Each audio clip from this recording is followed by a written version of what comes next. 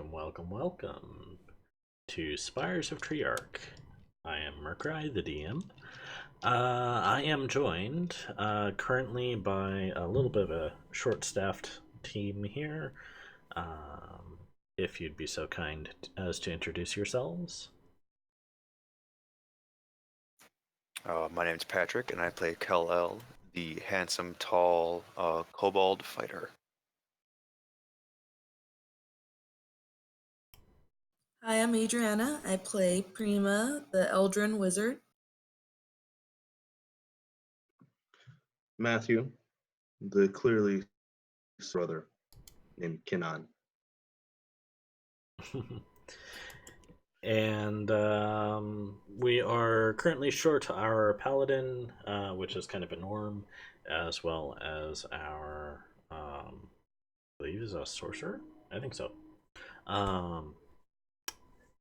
Who is currently touring around Japan, having a blast. I'm sure. So this would be episode 5.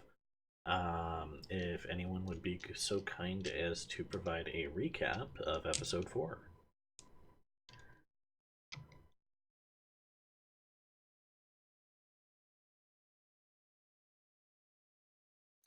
I only remember the one big plot point, which is where I almost got eaten by a dragon by doing some stupid shit.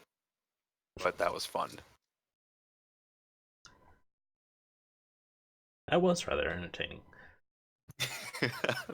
Made fucking Matthew break character. I don't have a whole lot, but I do have some. So, bullets, reading the bullets. We should be considering fortifications for our new spot in the future. I know that my dumb brother Kalel and I did manage to reset the traps in the lower halls, which was good. That was after we deliberated for about 15 minutes on if we were going to use explosives to cave in the bottom portion, which in retrospect, I'm glad that we did not. While we were there, a whole bunch of dragons started flying over us, and we're like, "Well, that's cool. That never happens." And then we headed toward the city for a couple errands. We found out Alaxis, the Edgelord, is from Ravnica, that the squirrel is a messenger of the northern gods, and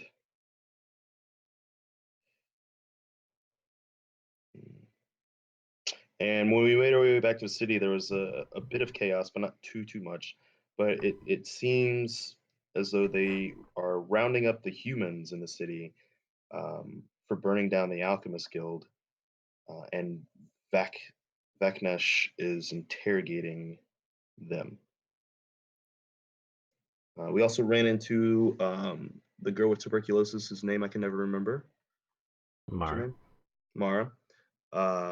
Threatened a guard who we had to get talked down from by Mom, and provided her a means of escape with a ever-smoking bottle, and told her to quite literally run for the hills, and Check would take her in as an assistant. And that's where my notes end. I have the last thing I wrote down is the Kanesh has been in trouble. He has been foolish. I think that's one of the dragon lords. I think. Okay. I think it was Mom's dragon. I think the silver one, right? Yeah, silver would be Iraz. Iraz. Yeah. Okay. Well, so Vaknesh is a fire or a red dragonborn. He's a noble who, being a red dragonborn, he's basically thinks even higher of himself, especially since Glavistus came into power. You actually witnessed Glavistus as she and Lashmarak flew in from opposite directions, landed in the middle of the city, and spoke to each other as they were traveling towards the council chambers.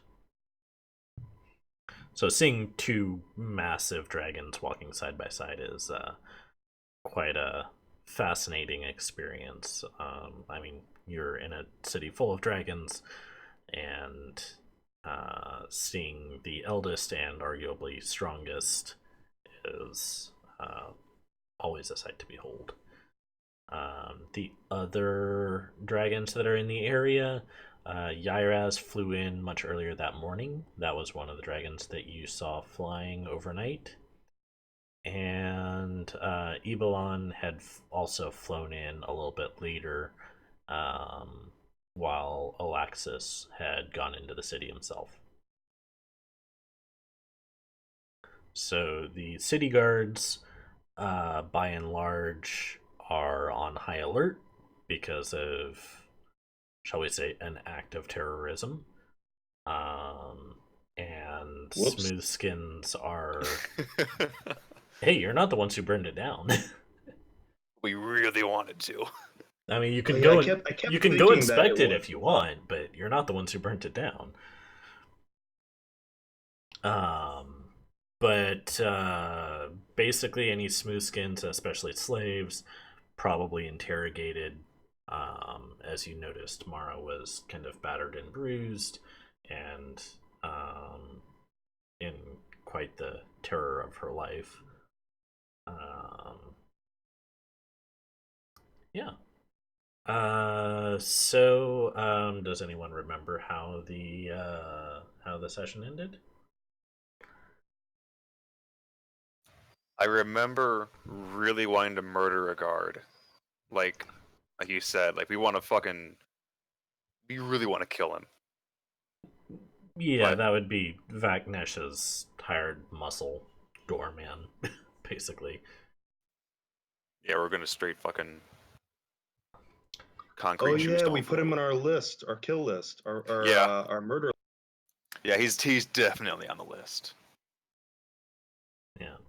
So, in that case, I'll go ahead and recap the ending as we kind of need to revisit that anyhow. So, you guys made your way away from Vaknesh's estate. You were heading to go look at the job board, do a little bit of shopping. For the record, I hope if you guys had anything on your shopping list, you have noted it down.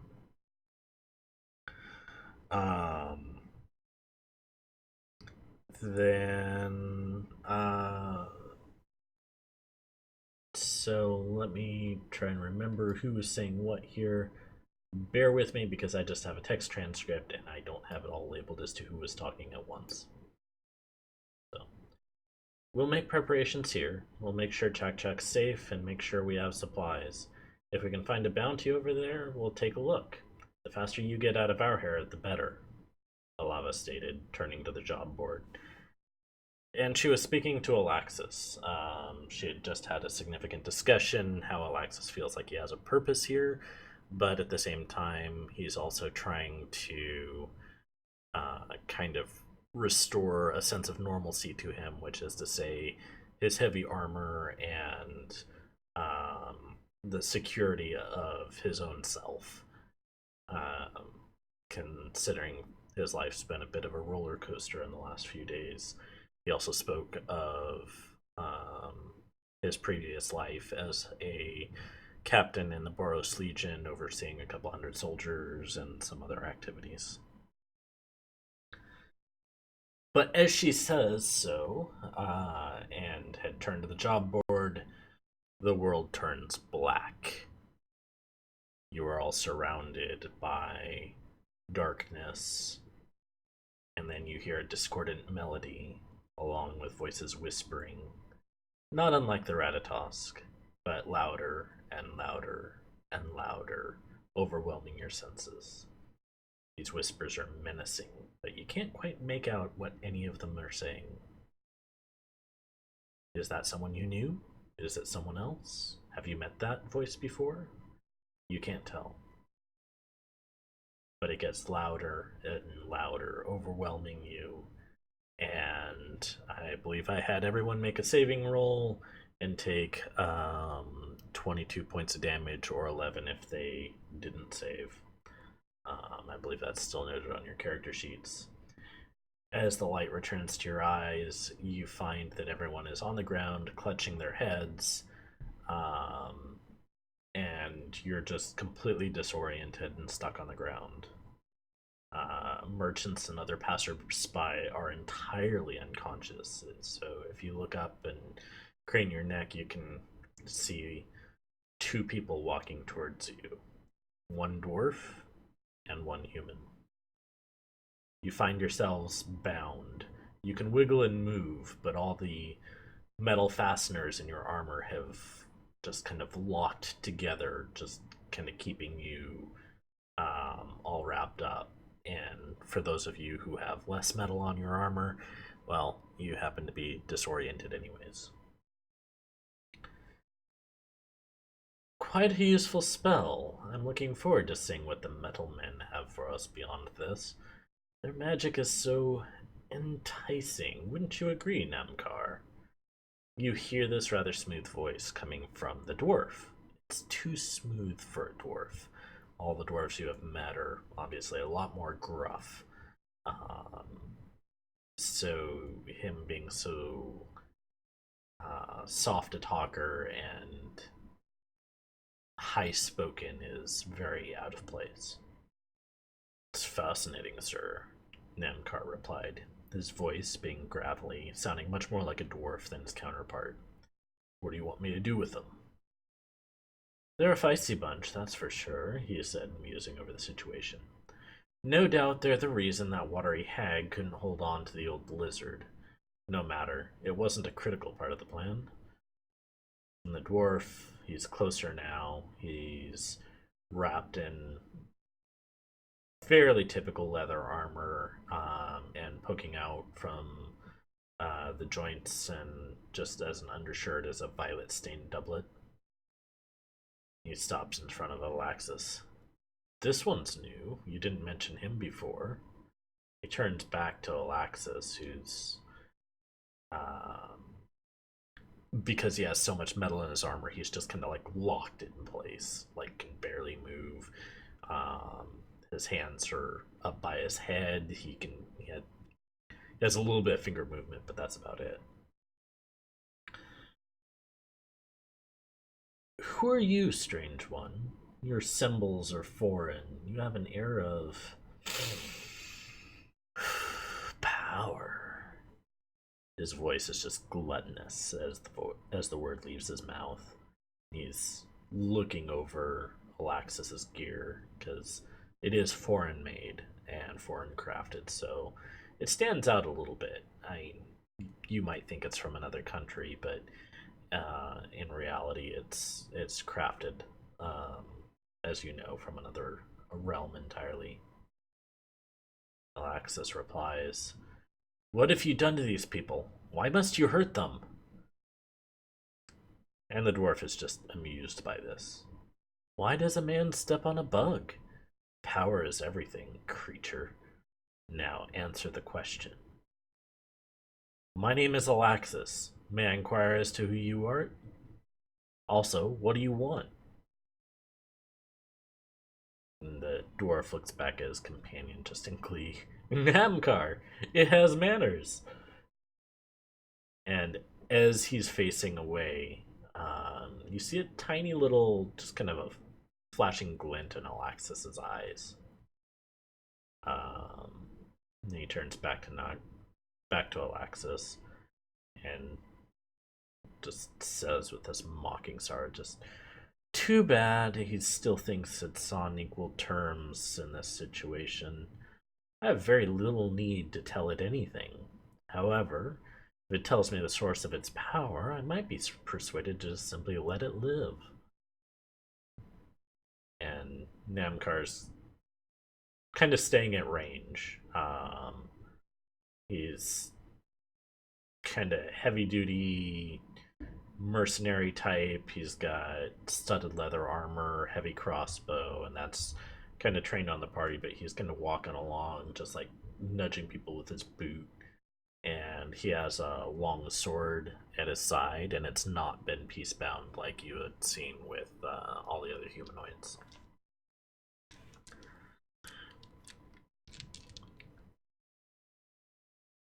And you hear Alexis kind of muttering to himself. I'd like everyone to make a perception check.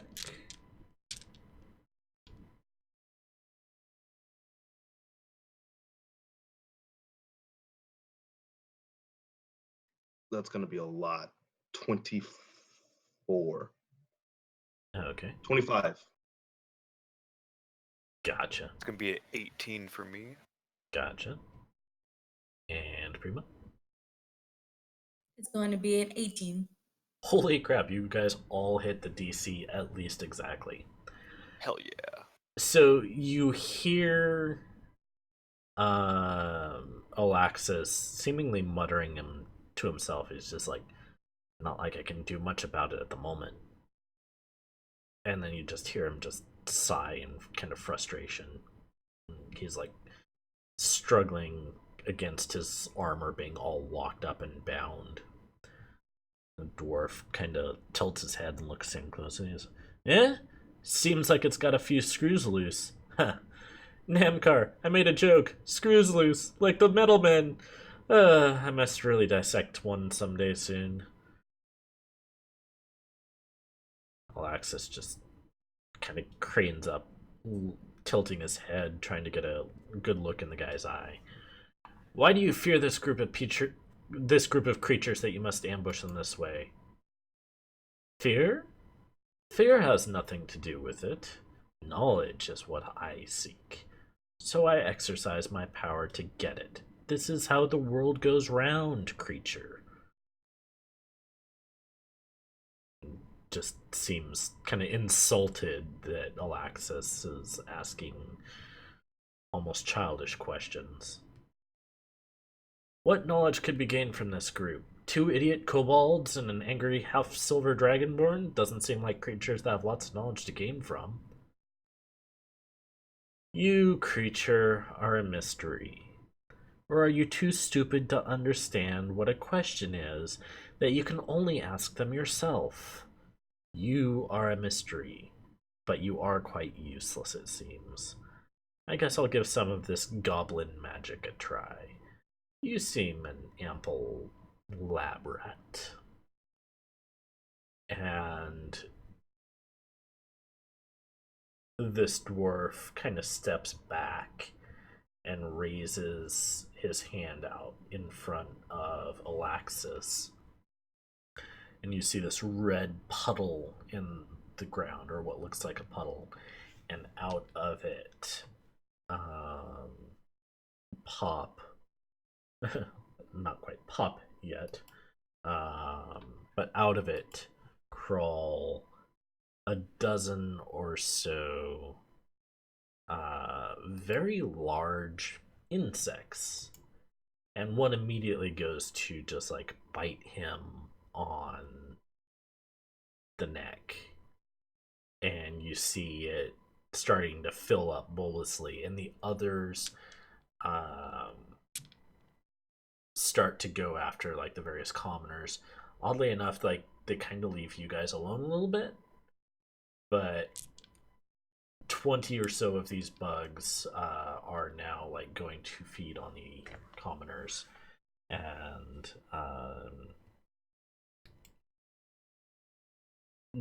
would anyone have much knowledge of the goblins to the north, do you feel? And by north, I mean probably about 2 weeks' journey away. I don't think for us. Okay. No. I would think us, but I wouldn't think you and I would think Mom would know. Because I'm sure we've done a job She would. up north. So We wouldn't pay She attention. would know, but more due to her backstory.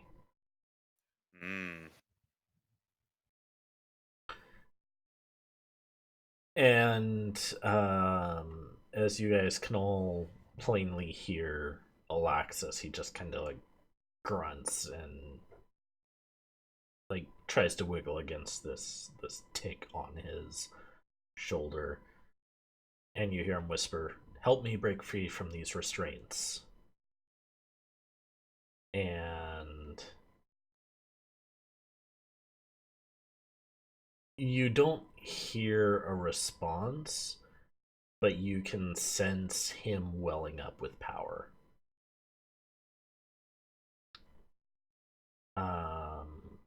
Prima, go ahead and make an Arcana check.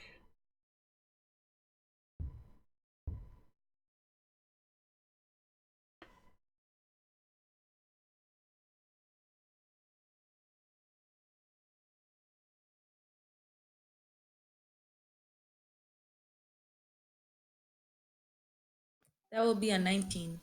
Okay, you recognize that this power that you sense welling up within him is divine power. Um, and everyone actually does kind of experience this, but she can put a name to it. As you feel this power welling up in Alaxis, he suddenly becomes, or feels like he is, the most real thing in the street. Everything else starts to like kind of seem dreamlike in essence, whereas he seems like he is the most real thing. He's the most tangible. And arguably enough, the dwarf across from him, he is probably the next most real thing, but it's not from a divine sense. He's got other magics warped around him. But he definitely has that sort of presence to some degree or another, at least more than your average commoner. And from the inside out, Alaxis's body just ripples with this magical and divine energy, and an aura of power pulses, breaking the enchantment laid down on his armor. And a shadowy aura just kind of surrounds him. Before you saw him kind of like sucking up all the light in the room. In this case, he's exuding darkness. And he slowly stands up in front of the dwarf, who's just quite befuddled. The aura is empowering him. He just stands up, looks at the dwarf, and tilts his head. And as he does, he's looking at the stocky dwarf. This kind of gives you the chance to look at the dwarf a little bit more cleanly. And you kind of realize and have the moment to put two and two together is the realization this dwarf is who was behind Chak Chak being abducted. And Namkar was the person who carried out the job. And Alaxis stands up, takes a deep breath, and as he exhales, this wave of shadowy energy just ripples out with such a force that it knocks the tick off of his body, sends it flying somewhere, and it knocks the dwarf back and Namkar back away from the party. And it starts to kind of snap you guys out of it as well. At this point, you guys are free to take action. And Alaxis, as he does this, he steps between the dwarf and the rest of the group. He just simply says, "It's not wise to understand that which you do not understand, or underestimate that which you do not understand." And dwarf just goes, "Ha!" He exclaims as they get to their feet. As he gets to his feet, the creature thinks it can bite. It speaks of understanding, but doesn't appear to understand itself. I've learned what I wanted to know. Have you? He's asking this to Namkar, or he's asking this back to Alaxis, um, not to Namkar. Um, and with this, he just claps. You can take action, and this is what the dwarf is doing: is he claps, and off of the roof nearby drops a mechanical man who is now standing between him and Alaxis.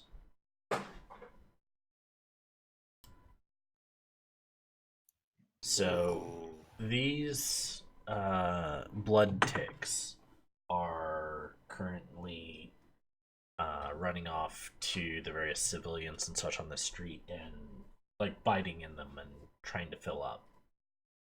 And the one that got knocked off of Alaxis is actually crawling away and closer to the clockwork creature.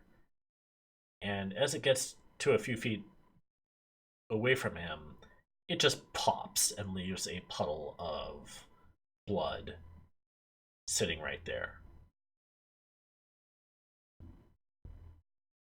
What do you guys do? As I snap out of the weird spell, I point at the smooth talking dwarf. I say, "Hey, you dumb smooth skin! You listen here. We're not two dumb idiot kobolds. Okay, let's get that straight. All right. Yeah. It was I'm actually very smart." Alaxis who called you that. Oh, it was. Yes. Oh well. I rescind my monologue. I figured you might want to adjust it at least a little bit. I thought it was coming from the dwarf. Yep, I thought too much. that like, part bonus was asshole. yeah, that part was Alaxis basically saying he didn't think that the guy would get much knowledge from you guys, but in fact, this dwarf was more interested in Alaxis.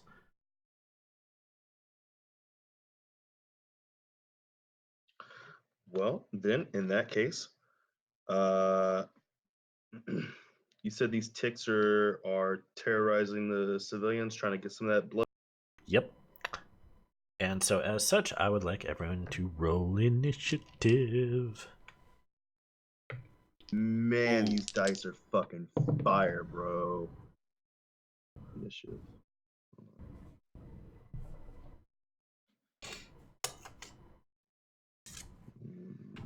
Yeah, me too. 21, 2. Oh, you dumb lizard. He's not that bad. Oh my Christ. I rolled a 19 again.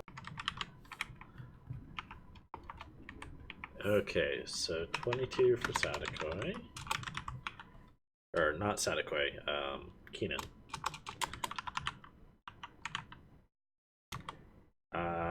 Rhaegar got an 8.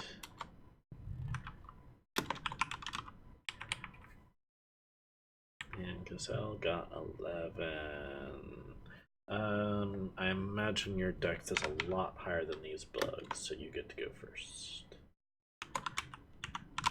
So,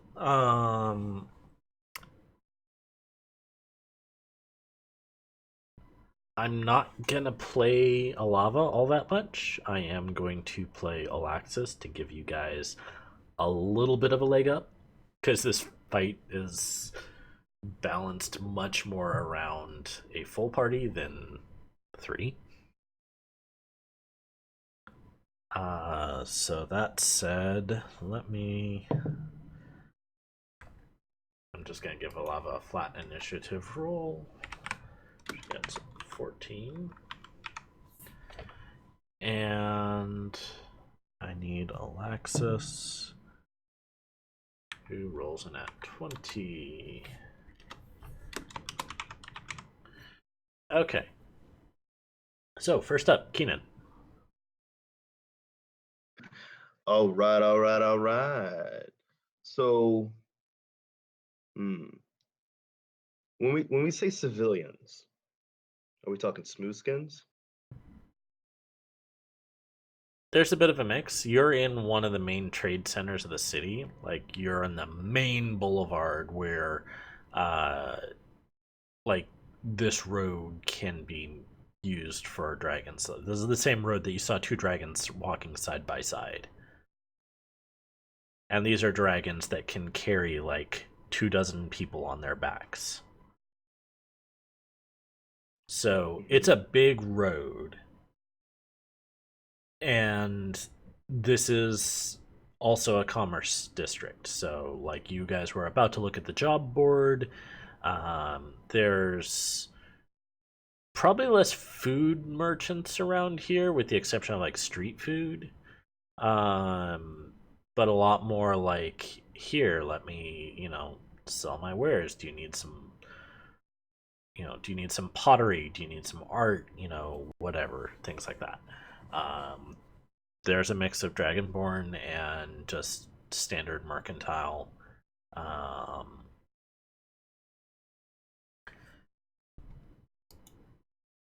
yeah, it's there's no heavy slant one way or another.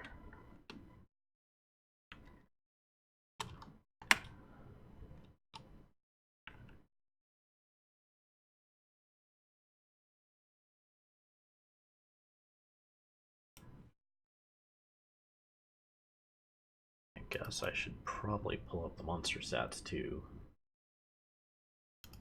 About how many of these ticks are there? 20, well, 19 now that the one off of Alexis's neck has been popped.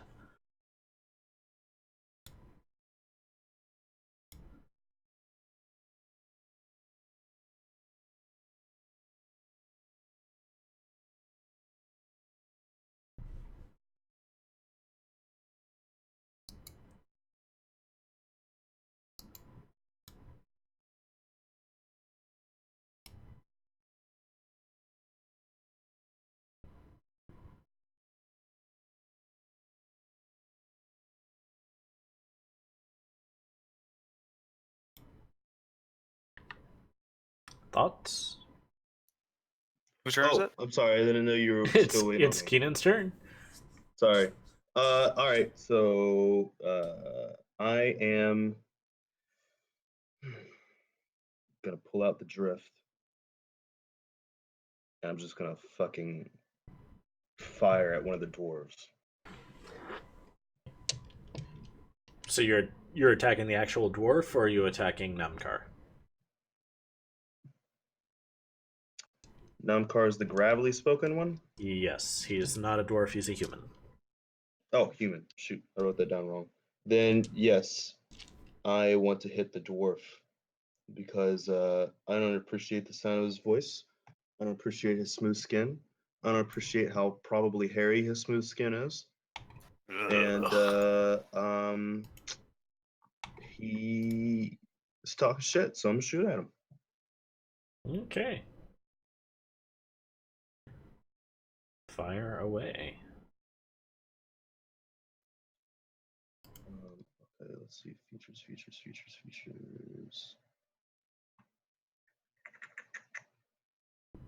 Sharpshooter. All right, I'm gonna take a sharpshooter shot Okay. and take a -5 penalty to attack roll to add +10 to the attack's damage.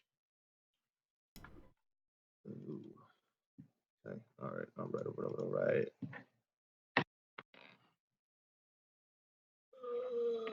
It's probably not gonna hit. 12. No, it does not. Okay. Shot 2. Same thing. Sharpshooter. Nope. That's even less. So yeah, and that's that'll end my turn. I'm pretending I didn't see anything. Okay, so seeing the situation, Alaxis is currently facing this clockwork assassin.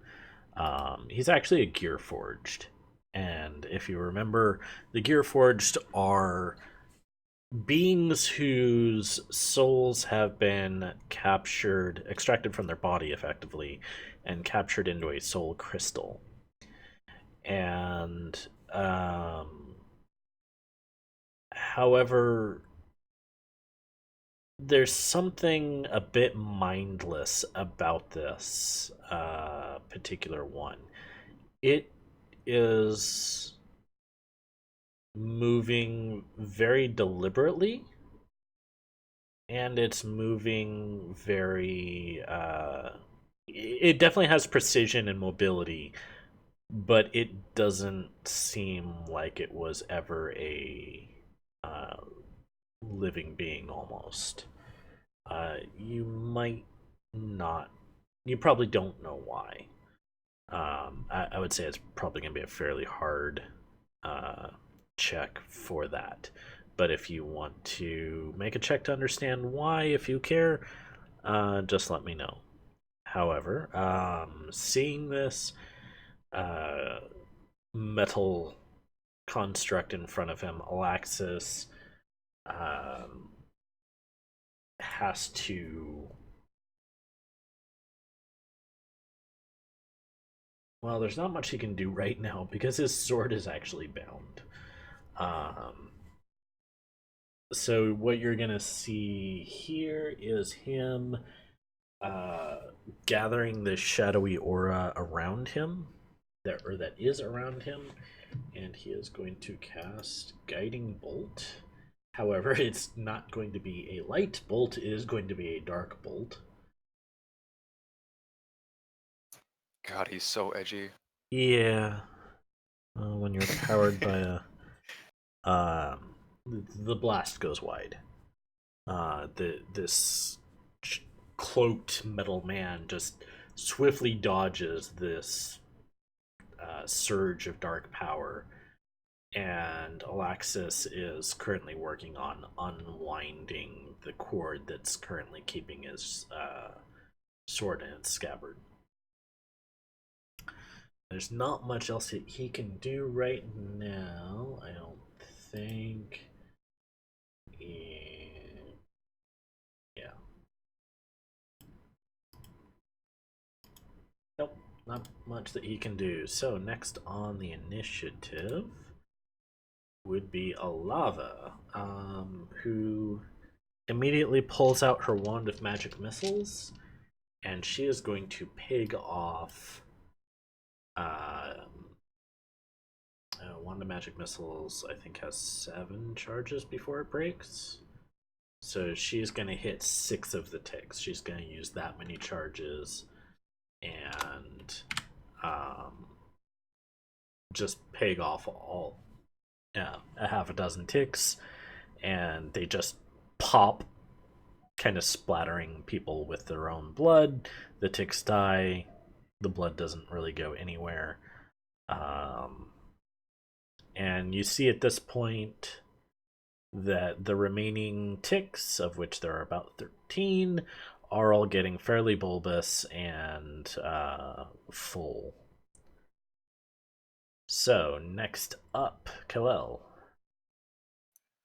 All right. And she is going. I am going. And I'll say that Alava actually warns you, get the ticks. I'm going to do a double take by looking at the smoothest of smooth skins I've ever seen. His whole body is just smooth because he's metal, and I hate him for it.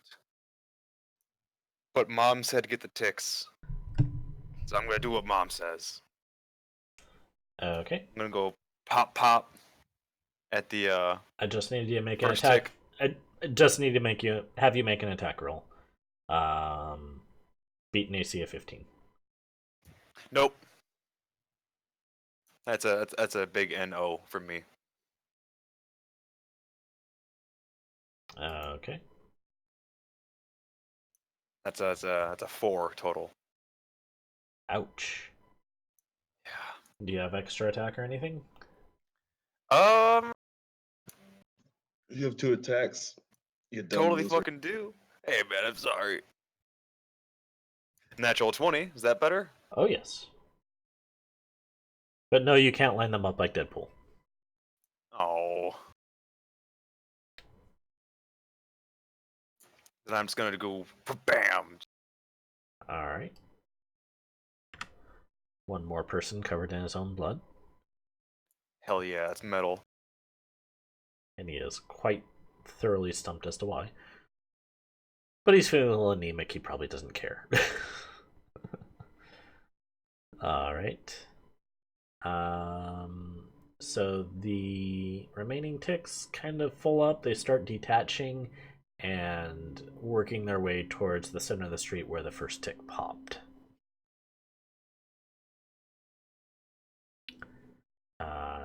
Next up would be the assassin.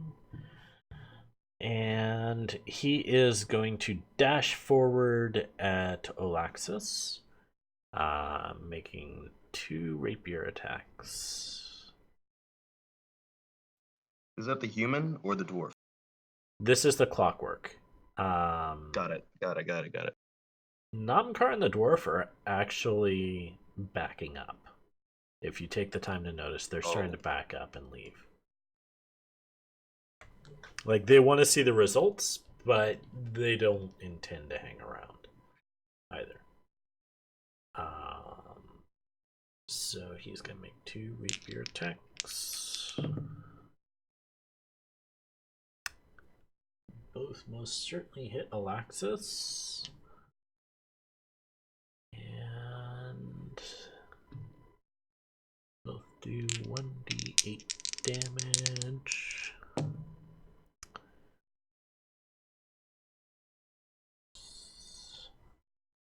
And 4. 6. So 16 damage. And Alexis, I need you to make a con saving throw. Which he makes. Good. Okay, so Alexis has taken 16 damage. And I can't write on his character sheet because I'm technically not the DM.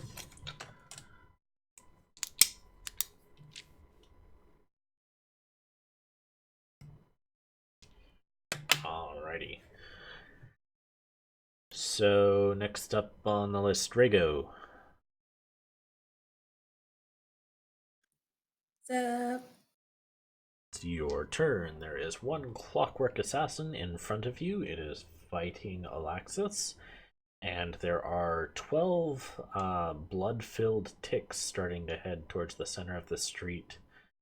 And Alava has yelled out that you should kill the ticks.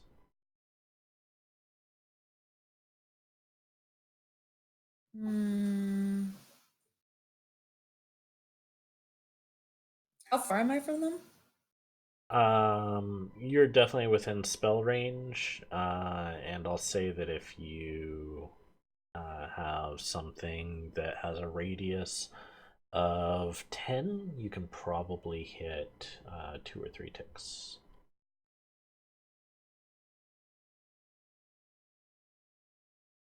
All right. I'm trying to see which I got.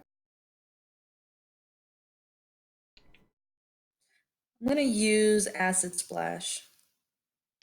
Okay, if memory serves, they have to be within 5 feet of each other. Yep. Okay, I'm gonna roll a d10, and if it is under, or if it is 5 or under, then you can hit 1.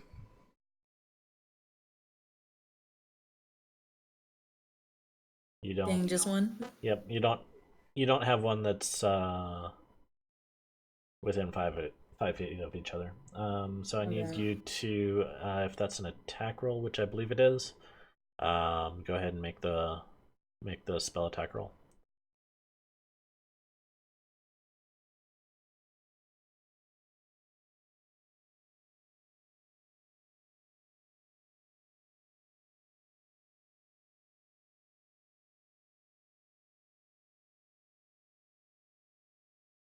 Like for damage or just to see if I hit him? See if you hit him.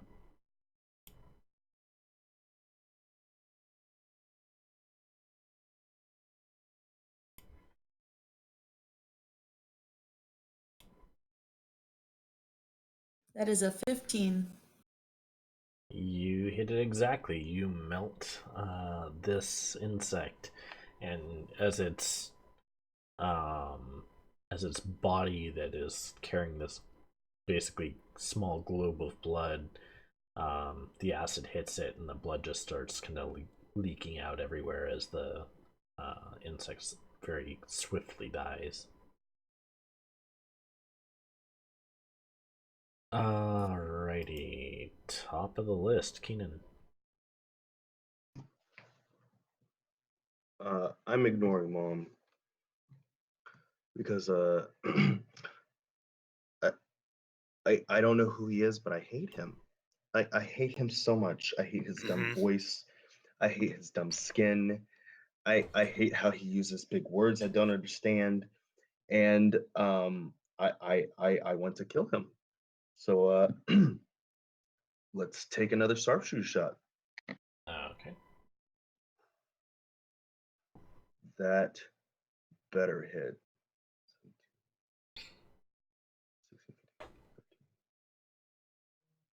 22. That'll hit him. Oh, I gotta get. What are you aiming for? I'm aiming for the smooth talking dwarf. But, like, where on him are you aiming? Center mass. Okay.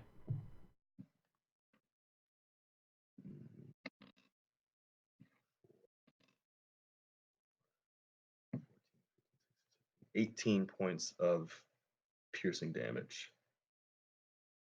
Gotcha. Alright. One more again.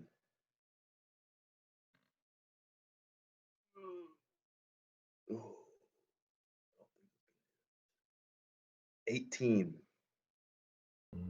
That'll hit him. Get some. Ew. Get fucked. 14, 15, 16, 17, 18. Another. Wait. Actually. Did I say? Yep. So, upon that first hit, Yep.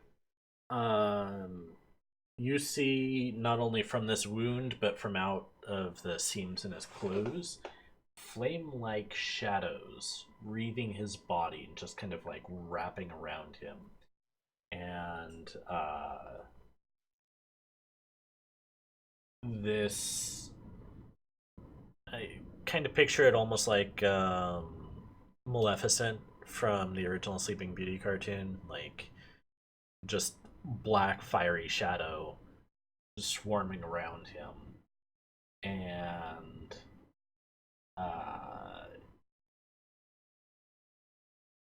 the flames are much bigger than him, so your next shot is actually going to be with disadvantage. Fantastic. So the first one misses then. No, the first one hits. Okay. And the second. Your follow up. He's clothed. Got it. He used a reaction to clothe himself in shadow and become obscured. Got it. Okay. Well, that is a 2, so that'll miss. And I will end my turn. Alrighty. On the initiative is Alaxis next. I'm gonna say he's got his sword unbound, and he is going to dash forward at this Gearforged assassin, and he's going to make 2 attacks.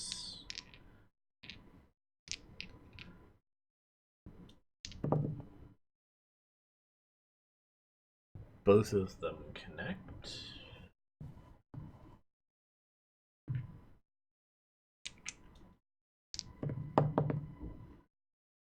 Ooh, well done. 15 points of damage. plus 8. Another, I'm trying to math in my head. 23 damage. And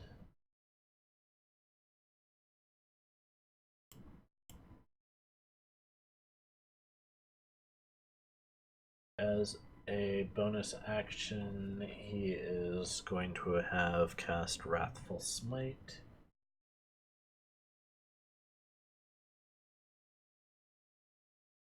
Which gives him an extra d6 of psychic damage. So another 3 damage to 26. And the creature has to make a wisdom check with disadvantage. He passes. Alright. So Alaxis, having got his sword free, kind of goes ham on the assassin.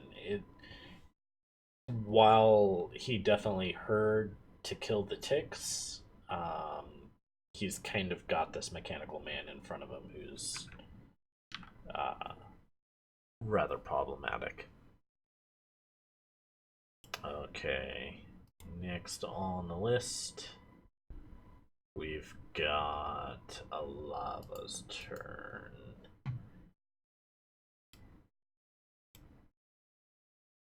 And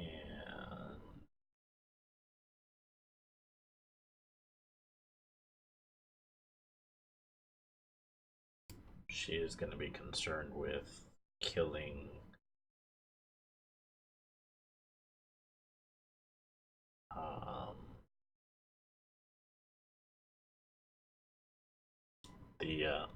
the insects.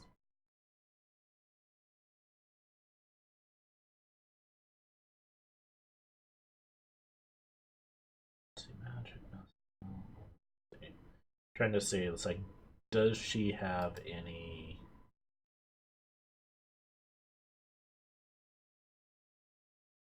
AoE spells? She's gonna cast a 3rd level spell. She's gonna fireball. So it's a 20-foot radius. Let's see here. One action.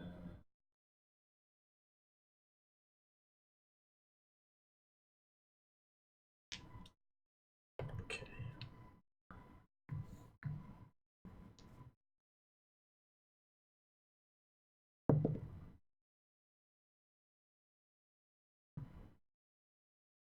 With a gigantic ball of fire, she casts, and it takes out 4 more ticks that were converging on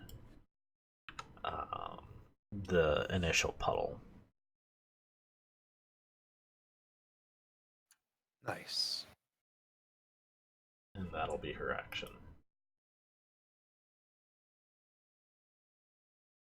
Khalil.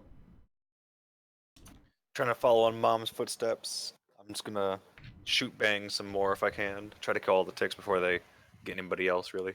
Yep. Ooh, this one might. Hey, it's Alaxis. What's up? Welcome. You are currently at 41 hit points, so if you can adjust that in D&D Beyond and take over your character, you currently have a Clockwork Assassin in front of you, or a Gearforged Assassin. You don't really know the difference. He looks like a clockwork to you. Suffice to say, he's a mechanical man with a cloak and a rapier, and he's going toe-to-toe with you. Off in the background, Keenan shot the dwarf, who then cloaked himself in black flames to obscure himself. Currently, Namkar is kind of behind him and to the side, they're just kind of standing back.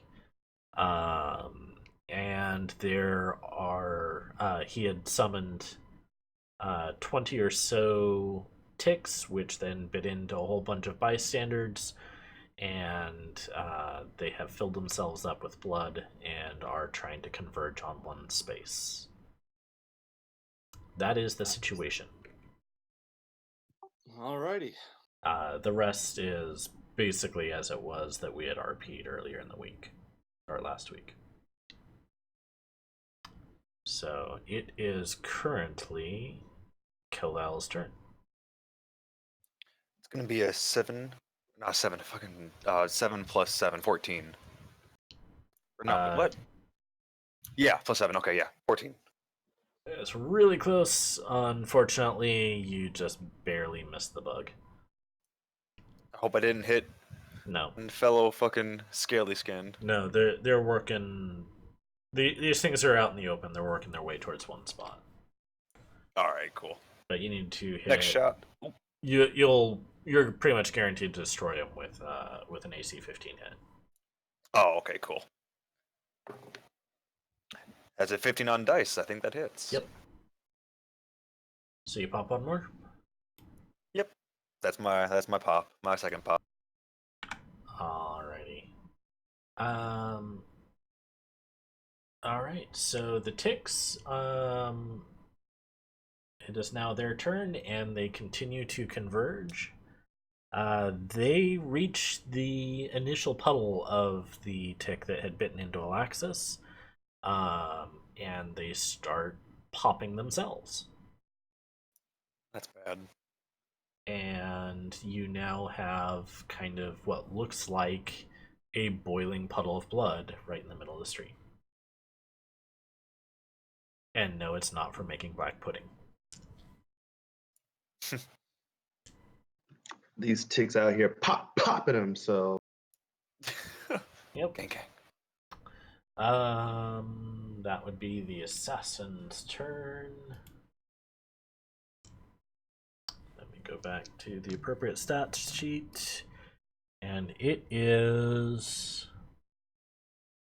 continuing to attack Alaxis with a barrage of rapier attacks.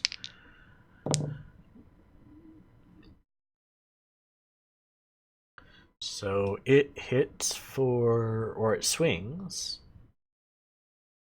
with a 16 and a 23 to hit. One misses, the other one does hit. All right.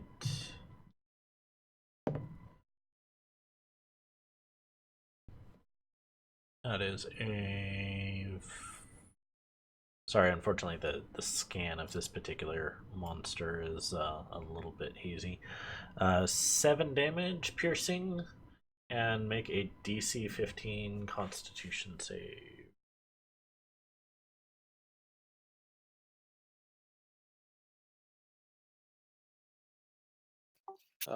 15 plus 7, so what, 22? Alrighty. So you just take the base physical damage. His rapier is poisoned. Actually make that 26, but yeah, okay. Alrighty. And next up, Rigo.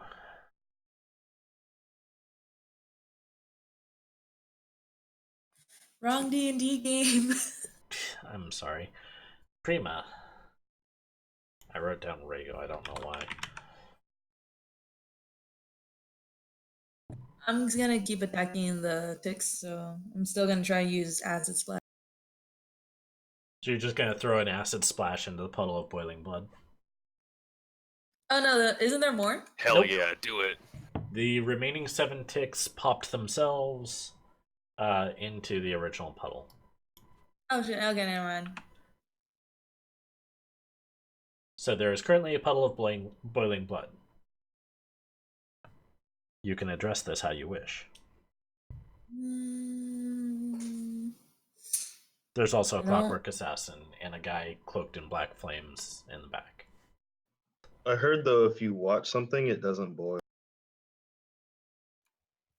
Facts.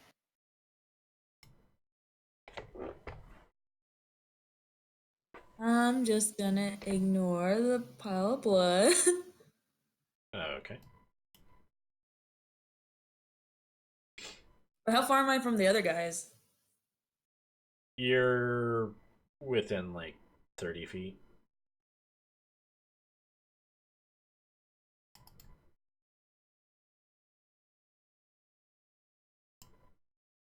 All right.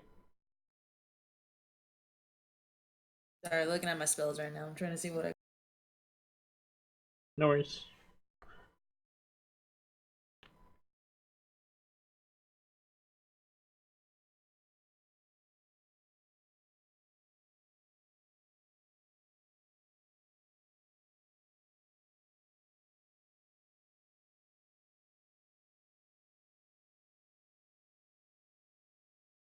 I'm going to Earthbound or Earthbind. Okay.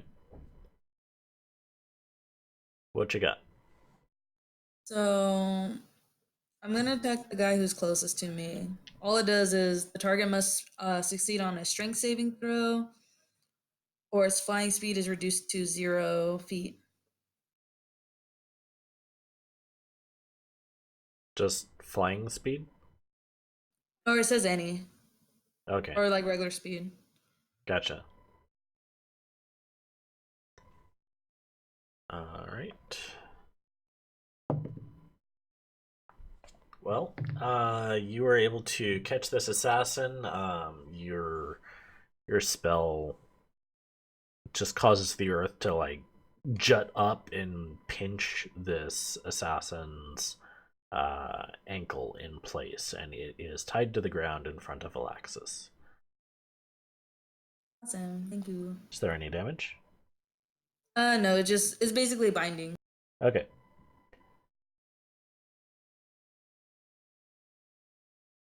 All right, Keenan.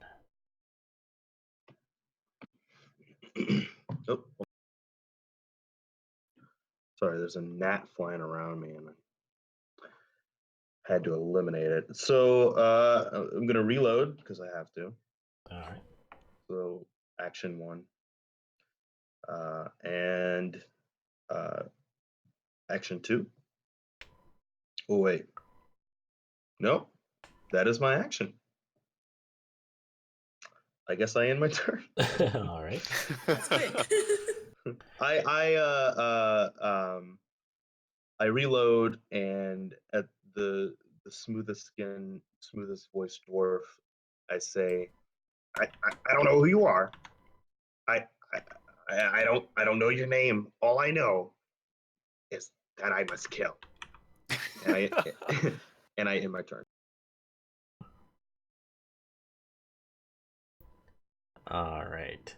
So the dwarf just simply laughs. It's like, well, you're a feisty one. You can call me Brackish Mizar. And with that, the flames just kind of get narrower and narrower and narrower. Instead of seeing a dwarf as they disappear,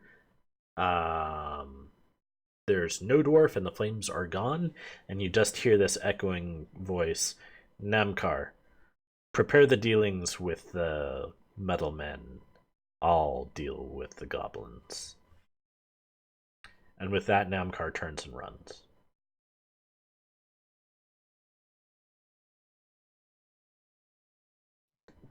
Running, huh? So with the echoing voice gone,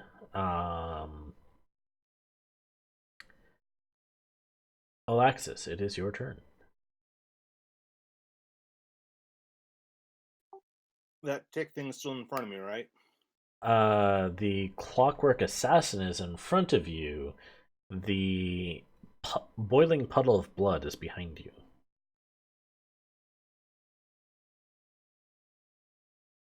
And it was the assassin that's trying to run, right?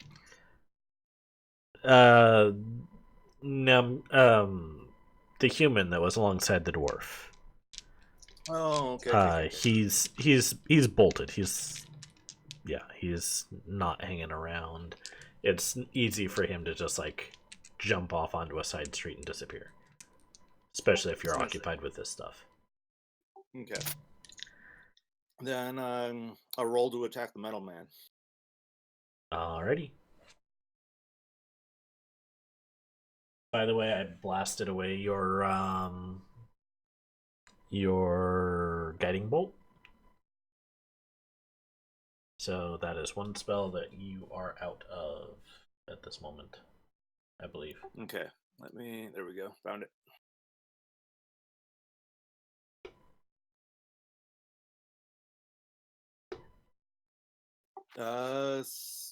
Hold on.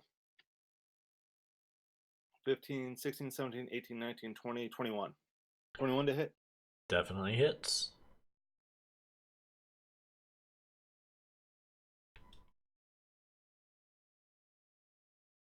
That was an 8, so 12 total on the first hit.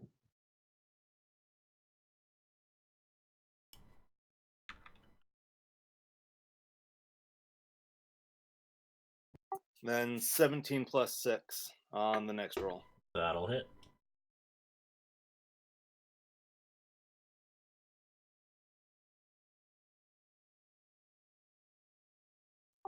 And that will be 8 damage on the second attack.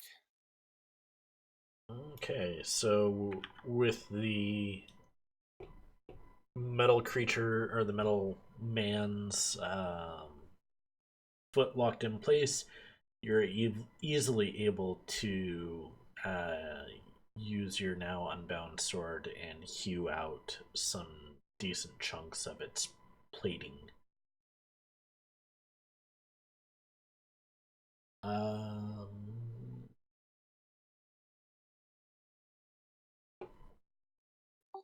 That ends my turn. Yep. You hear Alava just say shit.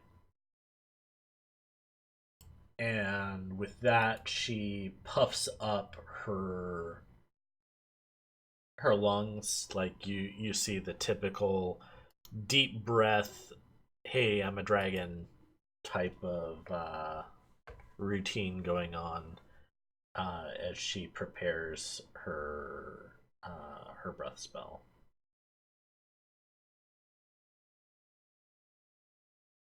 From there, that would be Kalel's turn. Start without just eating something. Oh, Spit right. it out. I'm sorry, it's chips. They're tasty. I'm gonna once again look at the smooth skin, the ultimate smooth skin by being all metal and all smooth, and just hate him, and just try to go pop pop. And I want to aim for his legs if I can. Okay. Right. Let's do this. Trying to dismember? Yeah, pretty much. Gotcha. It's a 17 to hit. 17 will hit. Hell yes.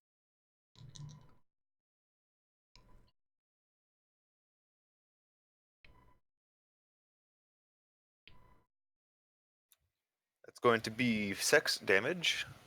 Yeah. No, 5 damage. Okay. And then the next one, 18 plus 7, so 20 plus. Mm-hmm. That's going to be 4 damage. I am the strongest. Yes, 6 damage. Kinky. Alright. So, as you fire off these shots, you are then accosted by a fairly grotesque sight of this boiling puddle of blood taking shape and rising out of the ground. Oh. Great. You are now faced with a blood golem. Fantastic. What I always wanted. So, the blood golem is between you and Alaxis. Alaxis is basically sandwiched between the clockwork or the Gearforged assassin, and the Blood Golem. But the Golem is looking at you guys. Because you've just made a whole bunch of noise as it was coming into this realm. That Cool. said, the Golem does not take action. The Assassin, however, does. I will say that looks like it handily misses both attacks. It's the damage it's taken is slowing down its attack mobility a little bit, and Alexis is easily able to parry off the attacks. Isn't he still bound? Yes, he just can't move. He can still attack.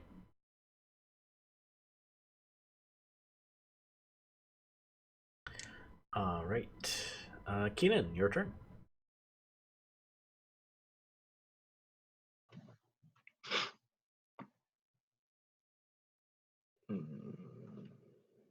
Not Namcar.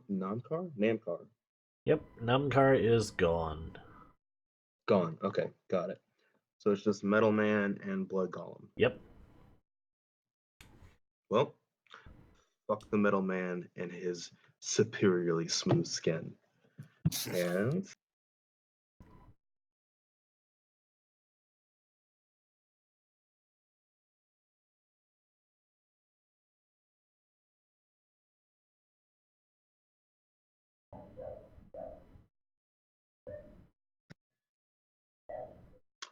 I was not pushing the button, was I? Nope. Okay. Well, the first attack missed, and the second attack was a 20 That'll hit. total.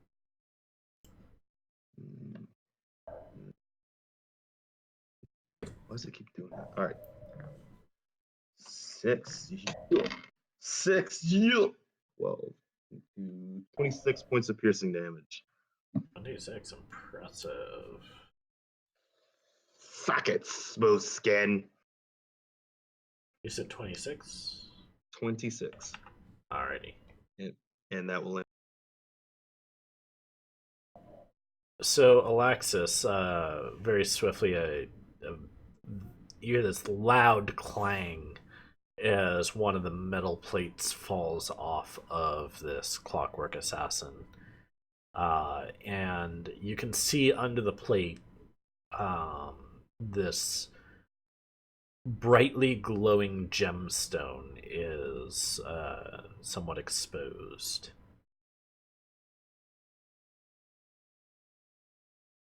Okay.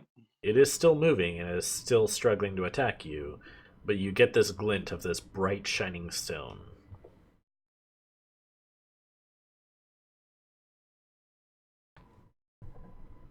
It is your turn. Alrighty.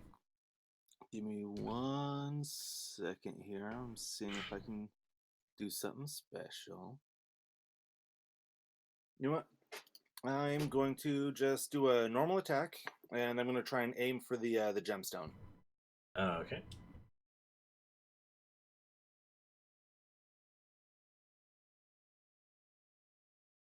Uh, 17 total. That'll hit it. All right. And then looks like in my bonus actions, I will cast Thunderous Strike. The first time you hit with a melee weapon attack during the spell's duration, your weapon rings with... Oh, I have to do that before I attack, so never mind. I'll assume that that was your intent. Oh, okay. You were already looking at it. I know. Yeah.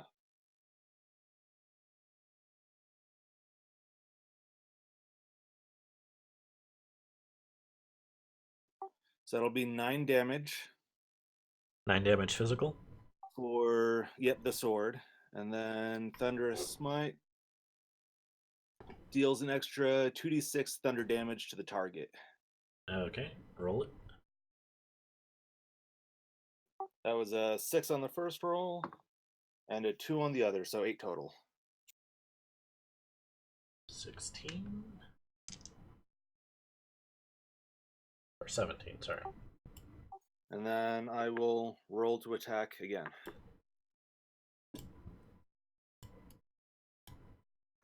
That was 19 on die. That hits.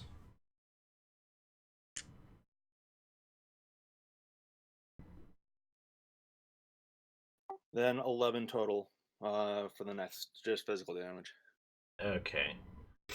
So you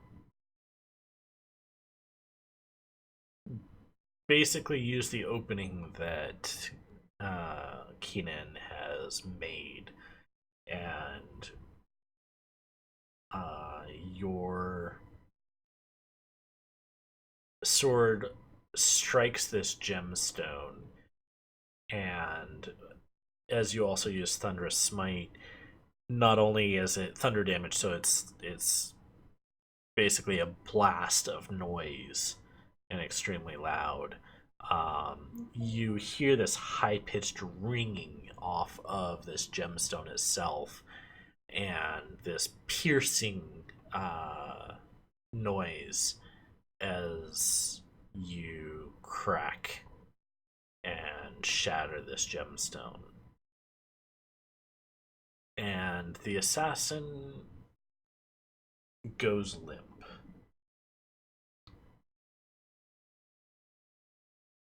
And then the ringing continues, and you hear this hissing sound. Make a dex save, please.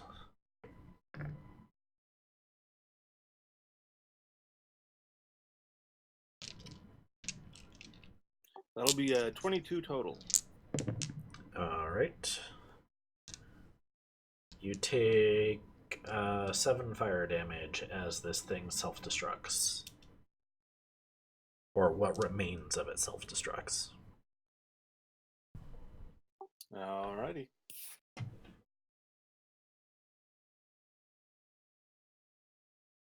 So the Clockwork Assassin is down. There is a poisoned rapier kind of like flung across the street. That would then be Alava's turn as she exhales frosty breath towards this blood elemental. And let me pull up the stats for that. Is it just dex saving throw? Alright.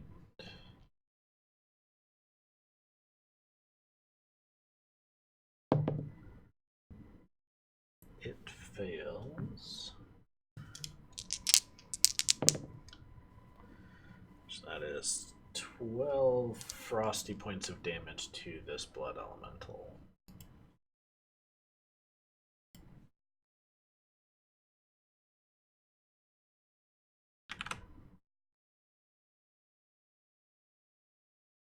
Okay, Kalel, your turn.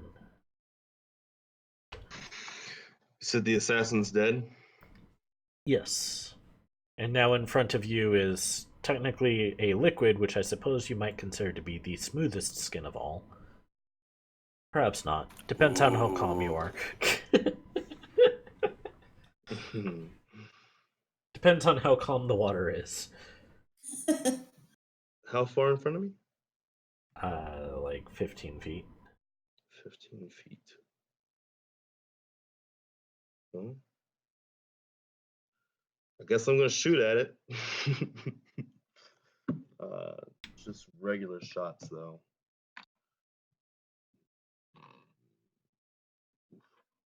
That is a 2 again.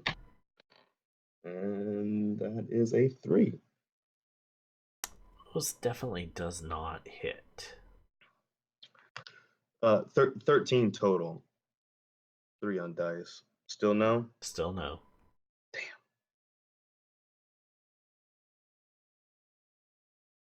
Alrighty.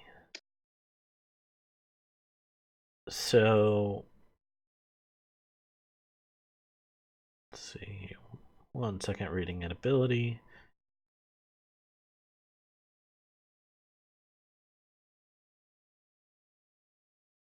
So this blood elemental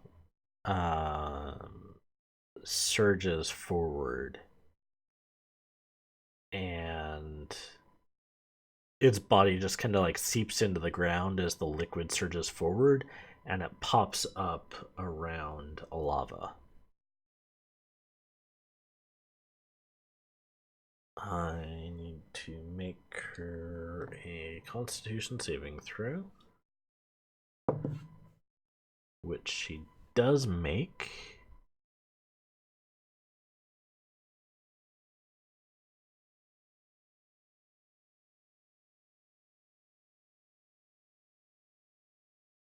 Okay, what's a successful saving throw?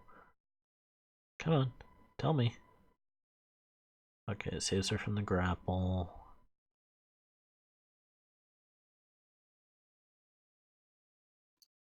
Okay, so as it starts to grasp around her, as this liquid just kind of like swarms up and tries to catch her by the feet, she's able to just barely step backwards, and pull away from what liquid is there.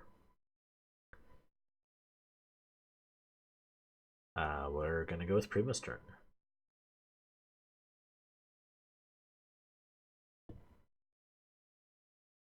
So it has her surrounded pretty much, right?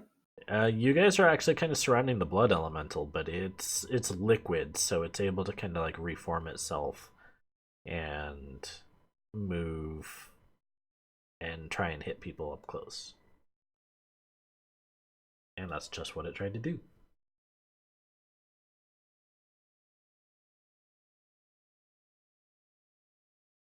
Trying to see.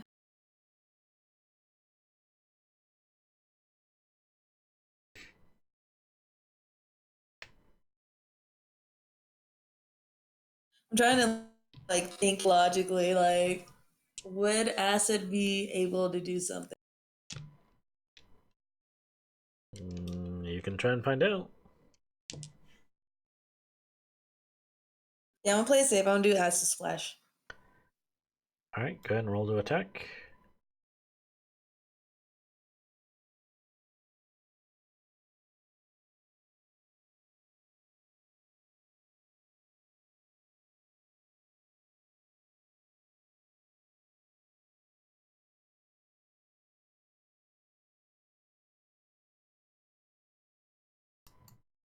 Does a 15 hit?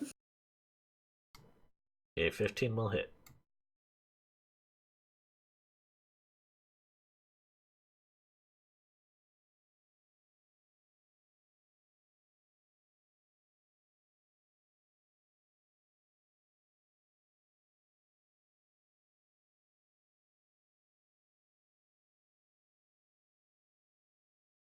What's your damage? Rolling damage right now.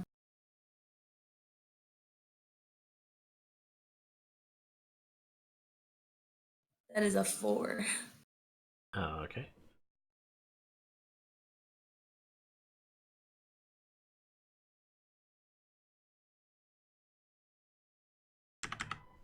But do I see if like the acid's doing anything with it? Well, this creature's already kind of liquid, so you kind of splash more liquid onto liquid. I mean, it reacts, it kind of fizzes up. It's pretty ugly to see, to be honest. It's hard to tell whether it did much damage to it.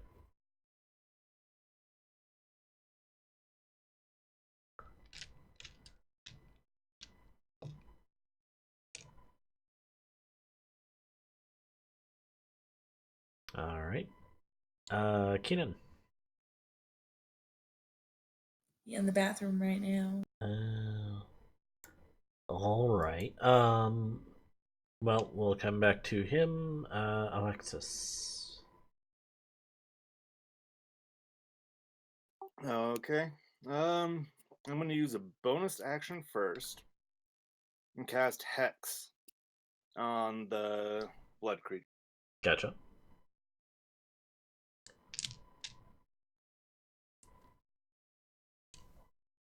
And I'm gonna say it has a disability of Dexterity.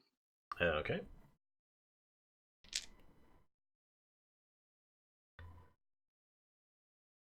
Are you going to attack as well? Yes, and that was a nat 20. Sweet. Hex crits are always lovely. That's what, 2d8, 2d6? My hex just says 1d6. Yeah, when you crit, you double your dice, and you keep the math the same. Okay, got it. So that was my 1d8 was 5 plus 4, so 9 total on that one. Do I double just the normal dice damage with that too? You double all your dice, and you do the math once. Okay, got it. So 14 slashing. Okay. And then 8 necrotic. 14 slashing, 8 necrotic. Alright. And I swing to attack again.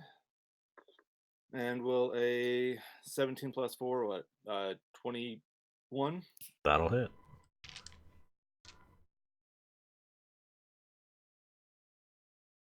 Seven slashing. And 2 necrotic.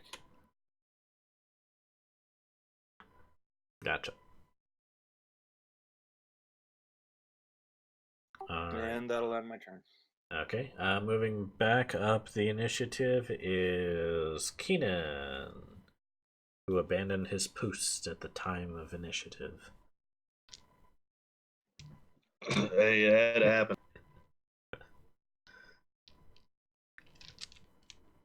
But unfortunately, keeping with being an honest player, I have to take my action to reload. You are very muffled, having a hard time hearing you. Sorry, I have to take my action to reload. Oh, okay. I thought you already reloaded. Briefly. I get 4 shots. So I took 4 at the dwarf, reload, and then 2 at what's his face, the assassin, and 2 at the golem. Gotcha. So I have to reload again. Yeah. Okay. Gotcha. Okay. That is the drawback of this character for sure. Gotcha. So Alava is going to be very careful about where she steps, but she is going to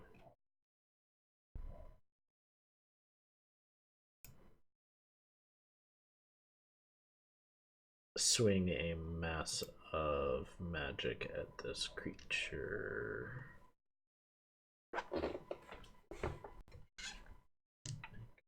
Spell attack.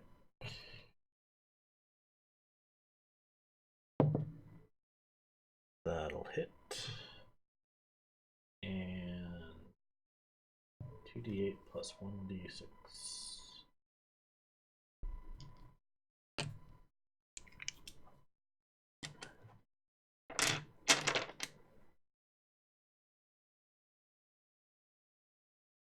Choose one of the d8s. The number rolled on that die determines the attack type.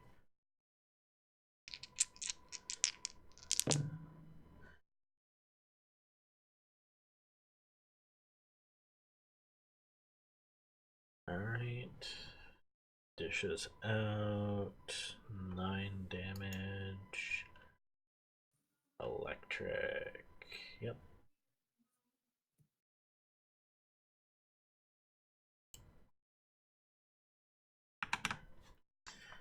Alright. So stepping backwards, Alava just pulls out, seemingly from the air, mass of magical matter and just darn near slaps it into the monster, at which point you see flashes of lightning go off around it. That would be Kalel's turn. It is now my turn to do the reloading.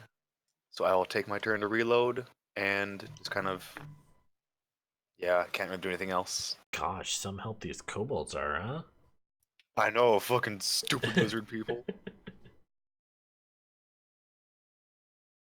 Alright, so this elemental is going to...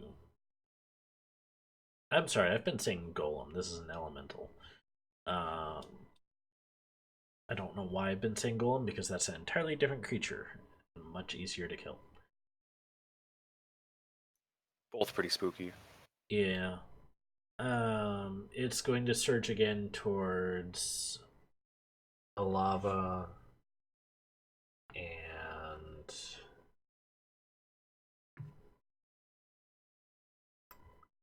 Lava needs to make a con saving throw. She saves, and it is going to then attack to the side, hitting Kalel.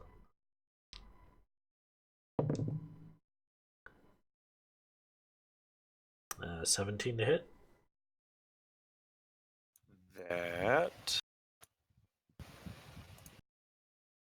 That hits, yeah. Gotcha.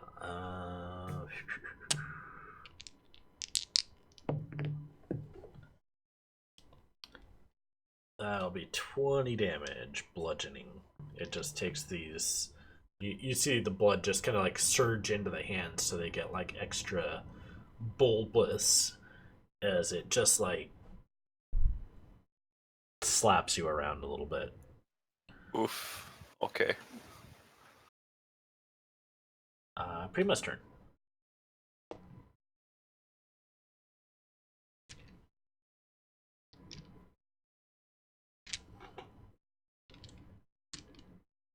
I'm gonna try and use. I'm gonna do magic missile. Okay. Go ahead. What circle? And also roll damage.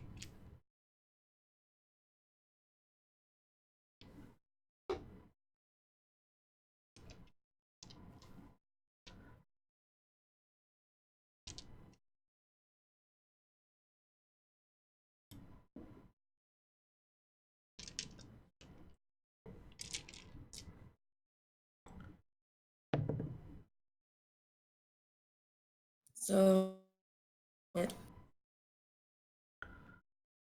was that? right, because I got to roll to attack first. Magic missile is an auto hit spell. Oh, is it? Shit. Yep.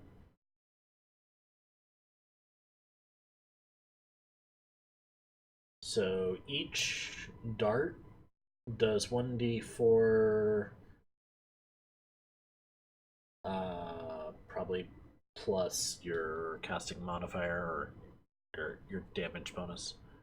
Force damage. And for every circle above the first, you get an extra dart. Oh, cool. All right. So at level 6, I think you can cast as high as a 3rd level spell, if you haven't already expended your spell slots accordingly. Nope, I have not.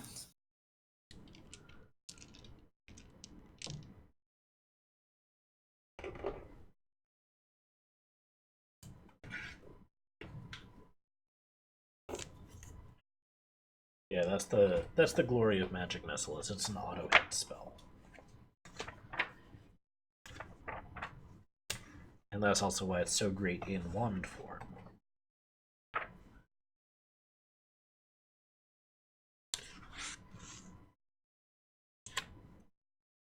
So I basically rolled 3 times for it, right? Yep. See, So Magic it's Missile, 1d4 plus 1 damage. So 3d4 plus 3. If you cast it at 3rd level. Yep. So pretty much I I didn't score on these. I just got an 8 out. 8 damage? Yep. Oh, okay. So you basically just wave your hand, like you're chucking a like if you're throwing like a deck of cards or such, and you let loose these magical darts of force. You said 8 damage. So these darts, just you see them pierce deeply. They seem to hit the body with a significant amount of force, and you see um, you see it punch into the body of this blood elemental, and there's a significant amount of frothy and just sizzling kind of iron smell as the Tasty. darts pierce in. Pretty gross. Yeah, the whole thing is pretty gross. I mean, it's a blood elemental made from like 8 different people, or blood supplied from 8 different people. It's yeah. It's not sanitary. No PPE in sight. Yeah. Anyhow, comparatively speaking, that did a fair bit more damage than the acid splash. Like, you can tell that it had more of an impact on this creature. Awesome. Okay, top of the list, Keenan. Diddly clackety.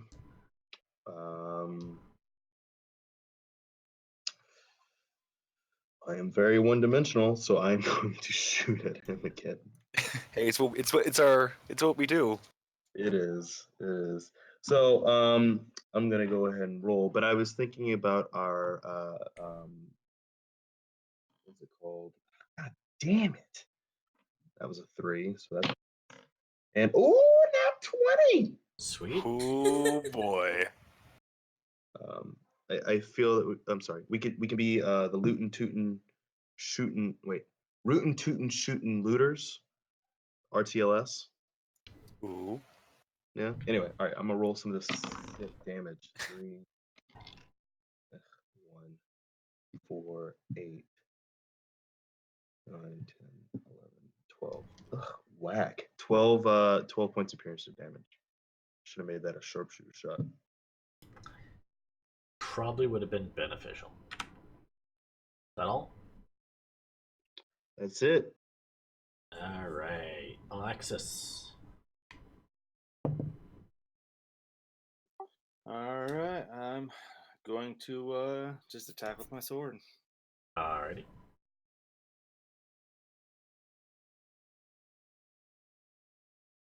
Uh, 24. 24 hits.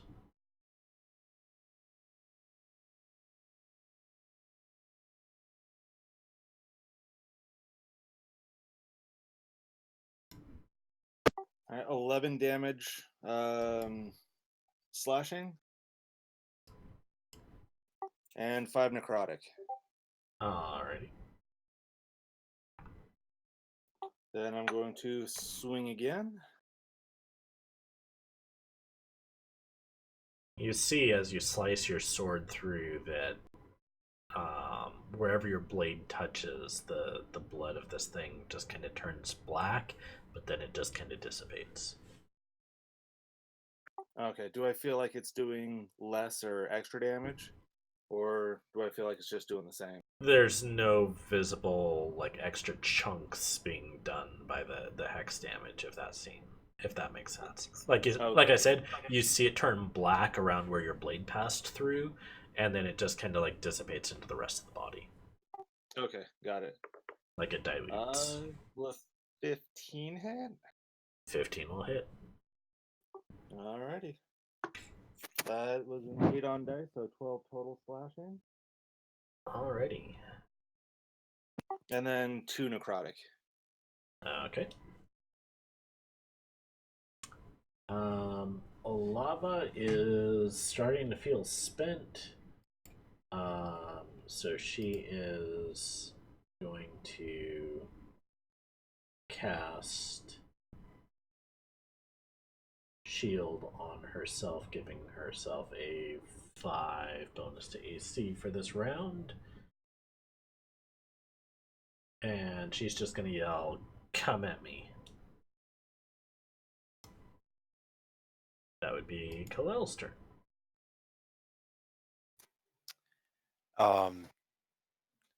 What can I do that's interesting? Oh, I know what I can do. I can shoot it. Hell yeah. Yes. All right. Oftentimes you can. Oftentimes. Does require I'm hitting the going monster. Does it? Yes. That I'm not so sure about. I can still shoot the gun. I never said anything about hitting the monster though. Yeah. Could be problematic. Very well Especially could after be. you've just been punched by a, ham-sized fist. Yeah, that did not feel the best. Is it like right up on me to where if I move away, I'll get a attack of opportunity? Yep. Cool. How's it looking? Is it looking pretty spent or pretty Yeah, I mean, you guys have definitely worn it down. It seems physically more diminished. It's not quite as, 8 feet tall like it used to be. It's more like, 5.5 feet tall. Okay. Intriguing. Hmm. Yeah, I'm gonna shoot it once. That was an 11 I rolled plus 7, so that is an 18. 18 So will 18 hit. hit. Hell yeah. That's going to be 5 plus 4 is 9, so 8 damage. Alright. That's piercing. And then, yes, piercing.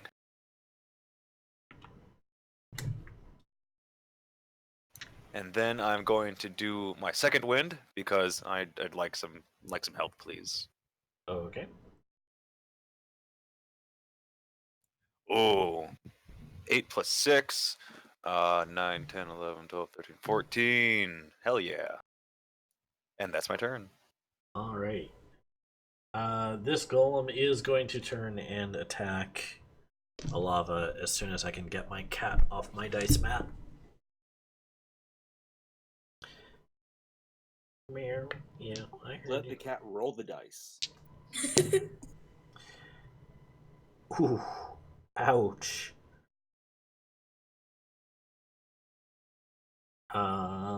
Who's dead? Like I said, it's attacking Alava. Oh no.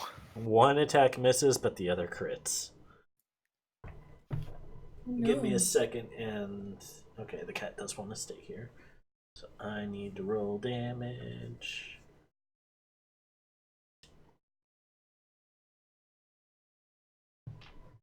And we're all in pretty bad health already. Oh yeah.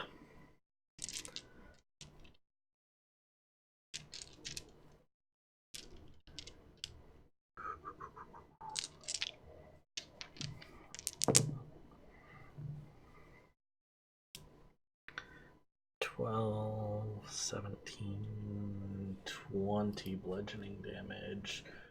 Yeah. Despite throwing up uh her spell shield, um yeah, it's she takes a pretty hefty hit and is knocked prone. Lava is down to 2 hit points. Oh. Rima, your turn.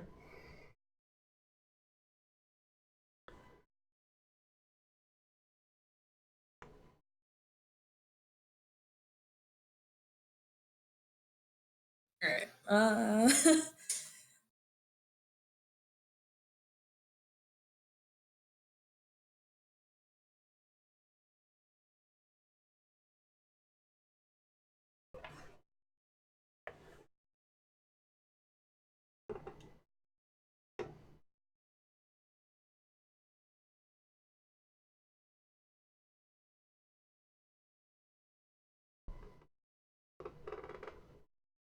I'm gonna attack again with magic missile, but at first level. Okay.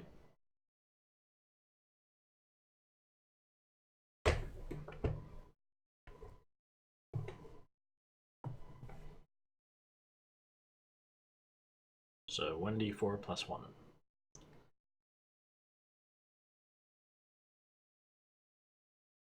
That will be a 5. Sweet, well done. Alright. Top of the turn, Keenan. Murder, murder, murder. Kill, kill, kill. I will take my first shot. Alright. 24 to hit. 24 hits. 13 points of piercing damage. Alright. Ugh, God bless. And a 2. Does not hit. These Close. twos, man.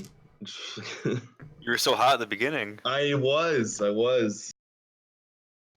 And I end my turn. Alexis. All right, I will swingity swackety. Alright.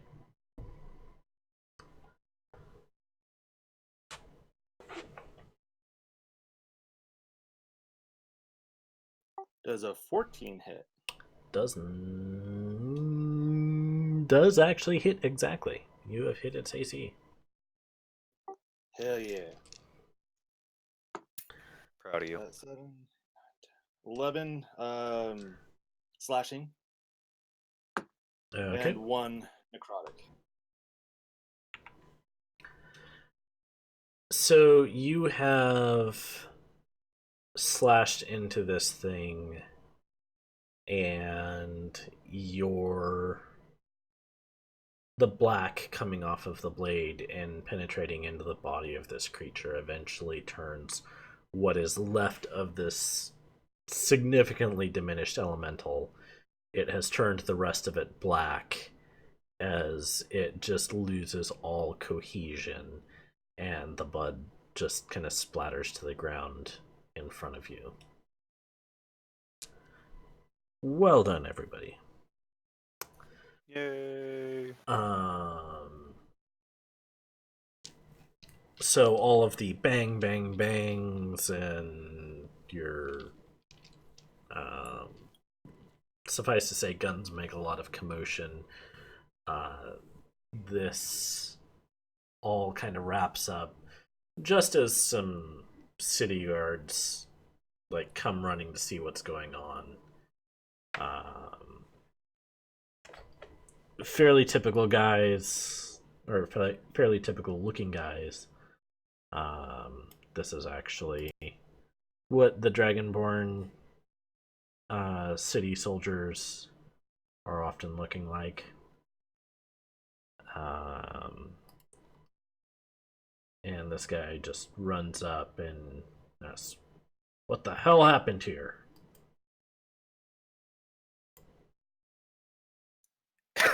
It's about time you guys fucking showed up. We just took care of it. Your fucking job's for you.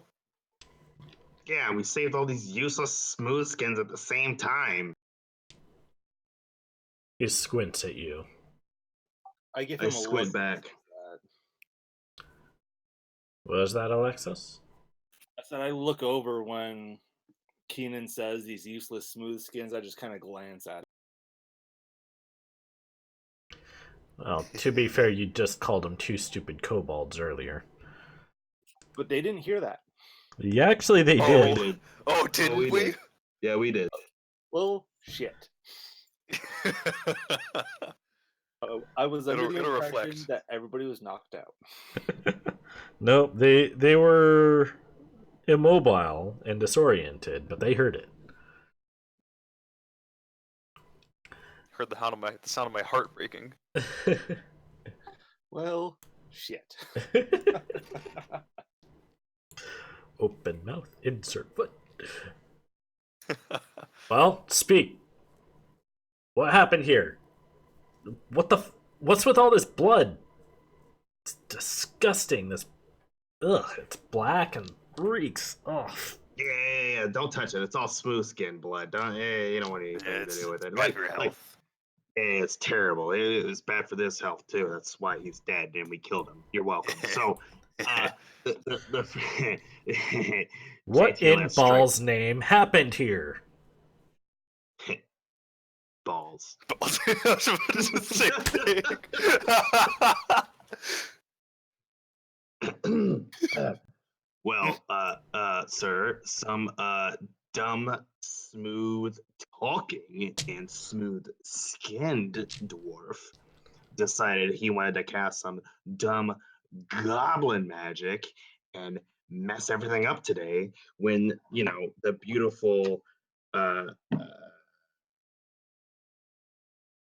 Lashmarak showed up, and she walked off, but it's fine. She'll notice me one day. But Yeah, the what happened, fact brother? exactly, yeah. So the fact of the matter is we did you a favor. You're welcome, and thank you. And we don't have to worry about that dumb dwarf anymore because I am going to write him right now on my kill list. I'm writing him down. Writing him down right now. Yep. Can you actually help me with mine? My pen broke. Yep. Right after he's gonna go. He's gonna go after. I'm looking at Kellel. He's gonna go after the guard, from the other place. Oh yeah, we. Oh man, I can't wait to give our fucking hands on his throat. God, I definitely want to kill that guy first. This is all in front of the guard, by the way. Also, Yes, it is. I'm just making And sure. you're actually lucky because what saves you is a dragonborn merchant getting up from the side of the street and walking over, and it's just simply saying, It's true, actually. Everything went black and we all fell, and then these bugs attacked us, and there's still corpses of bugs sitting around, by the way. And just some blood monster attacked them as well as a gear forged. Yeah, the smoothest of smooth skins, fucking metal. I don't like it. Soldier kind of looks around. I'll overlook this because nobody seems to have died. But be warned, we've had enough trouble in the city, and council is present. Now clean yourselves up and be on your way. Can you just hit me in your way? Yeah. Fine. Yeah, Can I you're search welcome.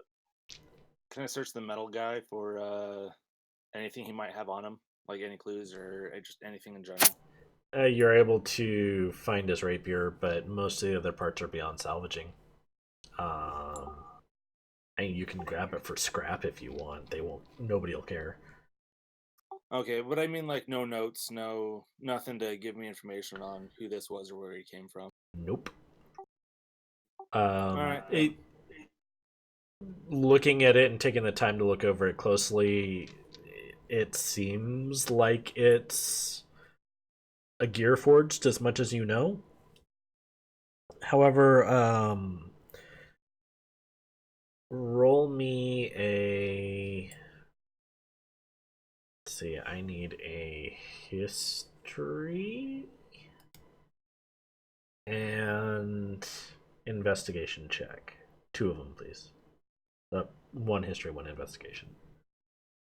All right, my history is a 18. Wow. And then you said it was a what? Investigation.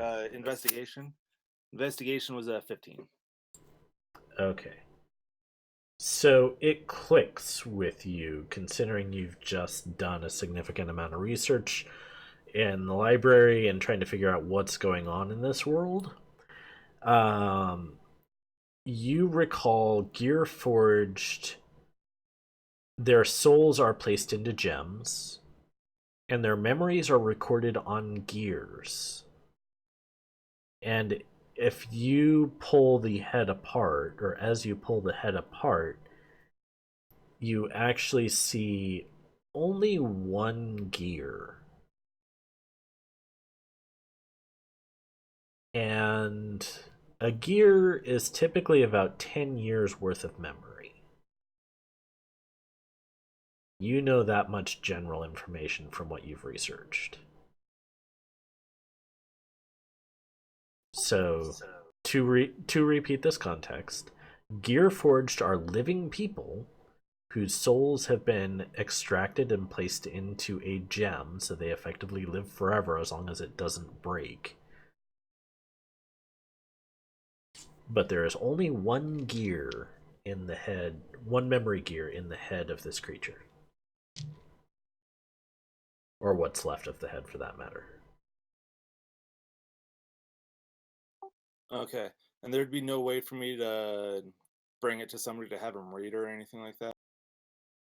You could potentially. I mean, if you want to claim the memory gear to try and figure out what's on it, you might be able to. You don't know. Okay. I mean, I'll phrase it this way: considering your knowledge of technology in Ravnica, if the technology was available in Ravnica, it might be possible to inspect it. So, logic stands to be there might be a way to do it here too. Okay. I'm gonna go ahead and grab the gear. Okay. And then the rapier just because. You have one poisoned rapier.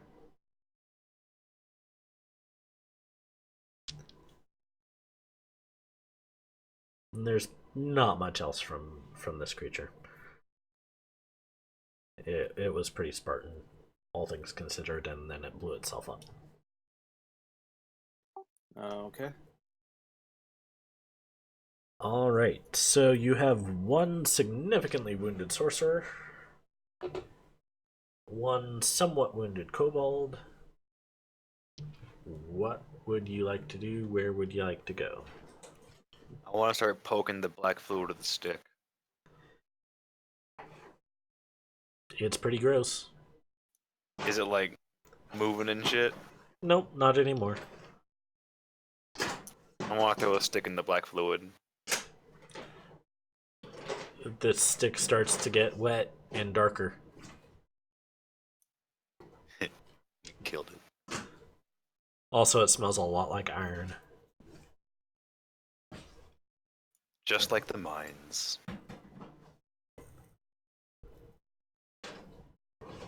Well, what do you guys want to do now, I guess? Fucking mom's pretty banged up. I'm not feeling the best. What? What do you guys want to do? There is Chak's hovel a little ways away.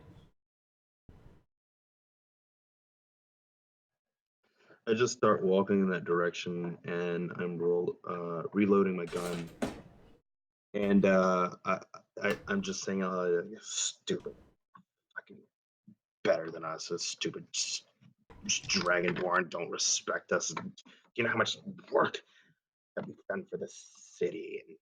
And we just save all these people. Brother. Yeah. Don't worry. We can put this whole city on our kill list if you want to. No, brother. What's better than murdering everyone is having everyone acknowledge how superior we are. We're really good. They know we're good. We're just kobolds, sure. We're just slightly above smooth skins. But look at the work we've done. Who shall we're slightly above smooth skins? Brother, you and I, we are number one together. There's no one rougher than us. There's no one tougher than us. We're the best of the best. There's no one more shooting and no one more looting. No one more rooting in, no one more tooting in.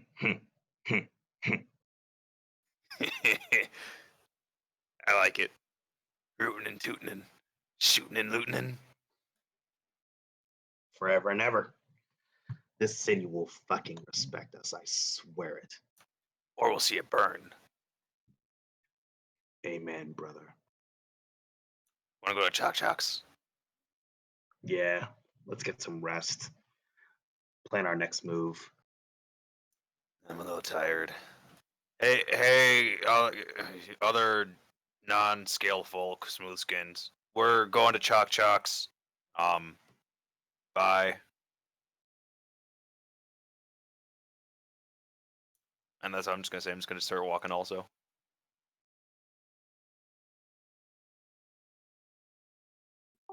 All right, but at least the lava is up and moving. Yeah, roughly, at least. she's able to move, but she's really badly hurt. Okay. It's.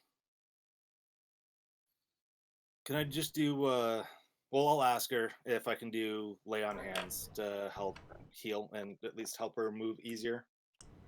She'll nod. All right, Kind I'll of, give kind of her reluctantly. 10. Still doesn't really trust you, but she knows that you're well intentioned. All right, I'll do 10 health points. So, as you try and reach for the light to heal Alava, you reach out with your mind and your heart, and you can't feel it. It's a void. I told you there'd be a price.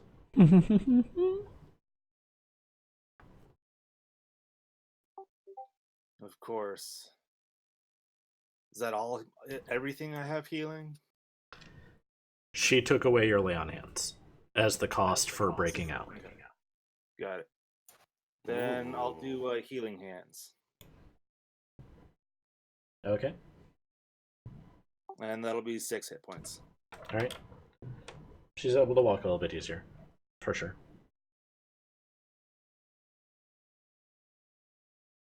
All right, and then do I feel like it's a permanent thing that's gone, or just temporary thing that's gone with my lay on hands? You don't know.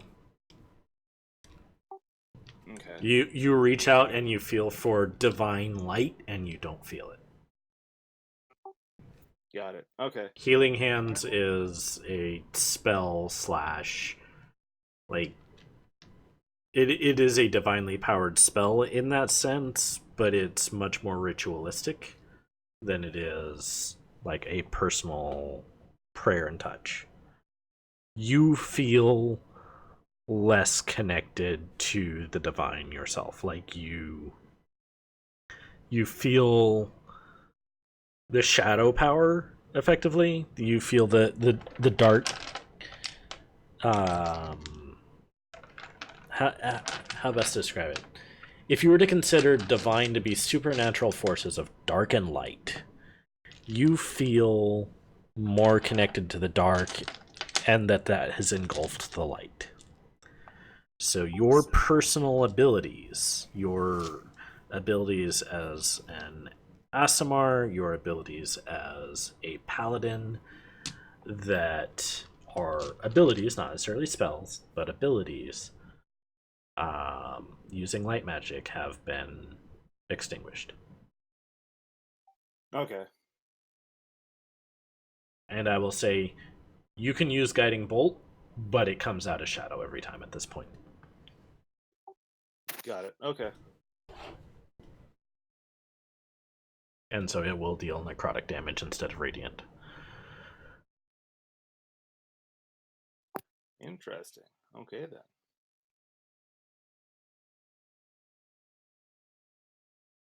Alright, so everyone's making their way to Chalk Sovel.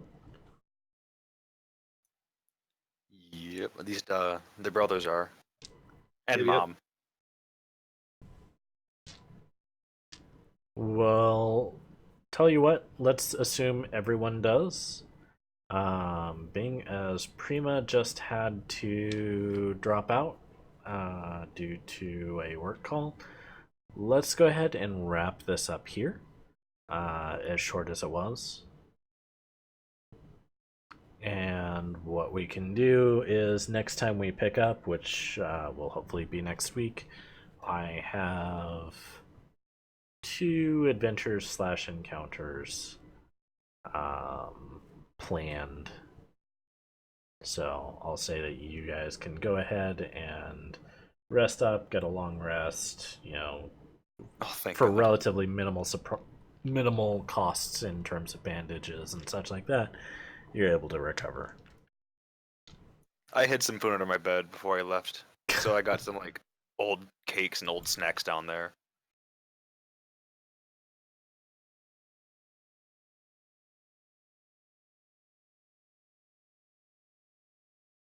Okay.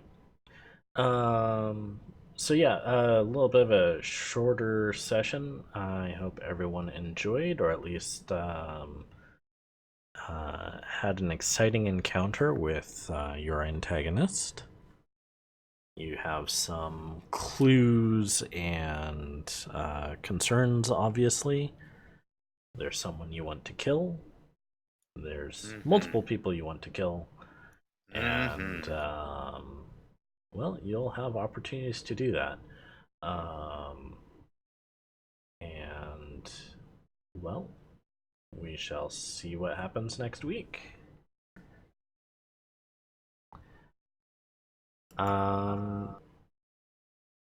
So anyone who has any shopping to do, all that other fun stuff, or if you want to buy or sell something, just go ahead and make notes. We can kind of do that off stream. Just shoot me a message or whatever, and we can go ahead and handle that. And then we shall reconvene hopefully next week, as long as everyone's availability is there. Yeah. Oh, actually, the next few weekends, I will be on leave, but I will try. I'll be back in the States though, so it'll be a lot easier to hopefully do it with you guys. Sweet. Alrighty, I'm gonna go ahead and cut the recording here, and we can kind of hash out the details a little bit more on that off stream. So everyone, thank you for watching, thank you for listening, have yourselves a lovely time. Bye for now.